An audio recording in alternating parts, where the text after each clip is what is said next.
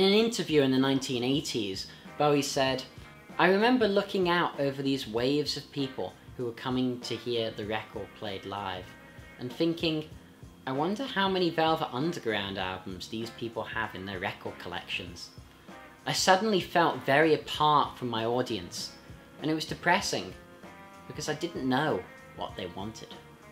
So with Never Let Me Down, he made a conscious push back towards rock music, with a smaller rock band and Peter Frampton on lead guitar. I do find it rather interesting that this album is considered a return to rock.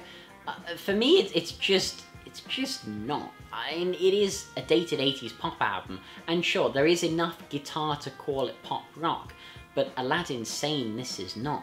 Don't go in expecting a full-on rock album. This is a record that makes U2 sound like Megadeth in comparison.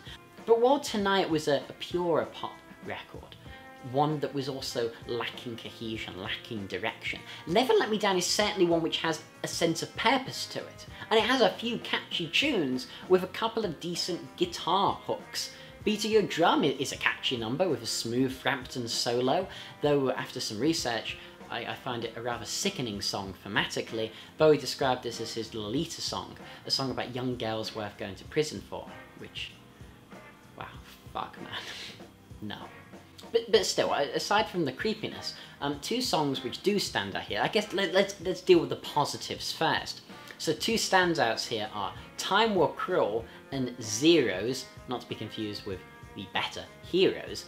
Time War Cruel returns to the bass-driven sound of Let's Dance, but it's less clean, less polished. It's a muddier production, but it has a catchy synth keyboard line, a vocal performance imbued with melody, and Bowie's unique brand of surrealist yet irresistible lyrics. It feels like the approach that Bowie should have taken after Let's Dance. It's a bit rougher than Let's Dance, but that gives it a bit more of a human effort. It feels more warm than the sometimes clinical Let's Dance. Whilst Zeros is a pure ode to the 60s with a Ziggy-style vocal, and it acts as the anthemic centre point of the album. It feels like classic Bowie melodically and compositionally, builds to a great chorus, and for his Ziggy fact, it's impossible not to like.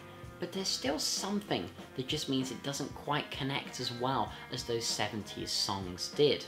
And thinking about why Zeros just doesn't quite hook me in the same way as those earlier Bowie tunes is what led me to really understand this album. If Zeros was just played on an acoustic guitar at its fundamental core, it would be almost indistinguishable from the classic period. The issue with this song is its lack of focus in its realisation. It's as if Bowie had some creative ideas, but was unsure how to fully realise and really translate them into a song. There's a sitar that kind of weaves in and out, floating on top of the song, but never feeling really a part of it, always feeling removed from it and quite distant, as if it was almost an unrelated sample, simply dropped on top of the mix. But then in other ways it feels like an out-and-out rocker. The riff and vocal might lead you to believe that, but then the guitar is so often buried beneath the 80s loud reverby kit, giving it an aesthetic slightly closer to 80s pop. But then it descends into something a little bit more experimental, with a very John Lennon-esque Beatles-style part at the end, as the song just kind of drifts away from itself. And much like Zeros, this album does have an identity crisis. You can really feel Bowie grappling with who he is as an artist here. Is he the Bowie of the serious Moonlight Tour and Let's Dance? The ooze of Day In, Day Out would certainly lead you to think that. It's an incredibly bland 80s throwaway opener with jabs of synth horns and Michael Jackson-style moans. Or is he here the Bowie of Diamond Dogs, with his grand theatrical concept? Glass Spider might lead you to think so. I mean, it has an almost cringe-inducing monologue at the beginning before descending into a piece about a glass spider, that what it does have a core refrain as really just nothing more substantive than that. It feels thin and underdeveloped. You see the avant-garde Bowie at the cutting edge of music with the horrendous shining star Makin My Love, which has a rap duet with none other than the actor Mickey Rourke for some unknown reason, and a really annoying falsetto from Bowie in it. I mean, to hear Mickey Rourke rap about Sinn Féin and Hitler in a rap duel with Bowie is certainly something I didn't ever really think I wanted.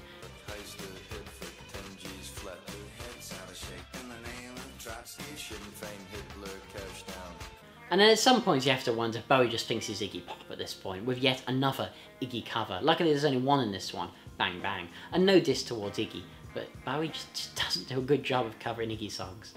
It's a grandiose affair, Never Let Me Down.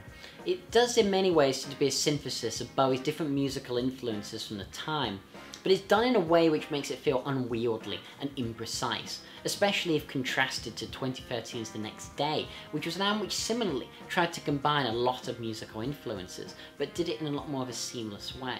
Never Let Me Down is a hodgepodge of songs which just don't seem to go well together musically or thematically, with a bunch of just so many instruments clustered together and layered on top of each other that it might make the Talking Heads blush. But unlike the Heads, there's not that laser focus from the band or Bowie himself. It's impossible to come away from this album feeling satisfied. There's just something so deeply unfulfilling about it. And it's not like he wasn't trying, as like with the low effort of Tonight.